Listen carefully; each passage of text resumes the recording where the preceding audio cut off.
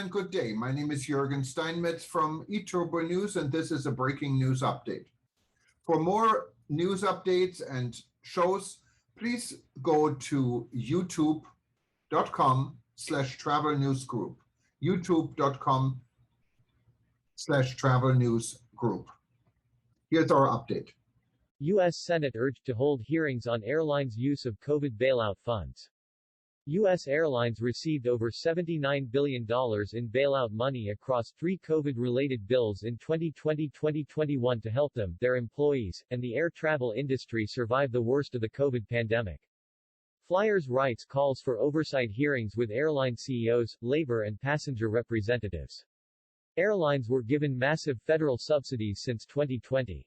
There are questions whether taxpayers' money has been misused by airlines.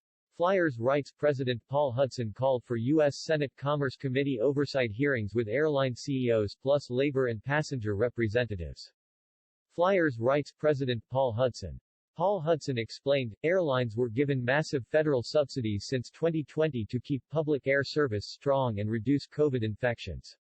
But recent record-high cancellations, flight delays, plus airline opposition to some CDC guidelines call into question whether taxpayer money has been misused by airline management. U.S. airlines received over $79 billion in bailout money across three COVID-related bills in 2020-2021 to help them, their employees, and the air travel industry survive the worst of the COVID pandemic. Congress intended this money to go to pilots, flight attendants, and other airline and airport employees to ensure they were paid during the severely depressed demand period and to ensure that the airlines would have the capacity to meet the increased travel demand as soon as the COVID-19 situation improved. The airlines, particularly American Airlines, Spirit Airlines, and Southwest Airlines, completely failed the American people. Throughout the summer, airlines have canceled hundreds of flights per day because they did not have enough employees ready to go. On its worst day, Spirit Airlines canceled over half of its scheduled flights.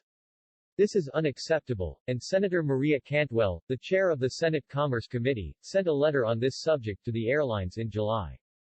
FlyersRights.org met with her staff to discuss the issue and to propose the solution to the latest of airline abuses.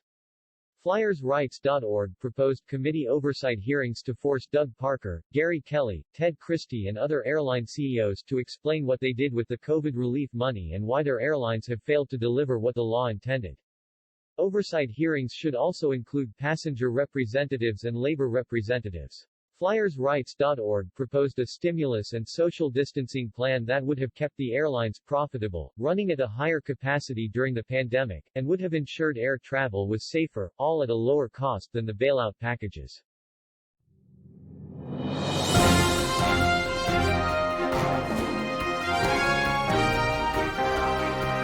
Thank you for listening to our news update. There's more on youtube.com/travel news group.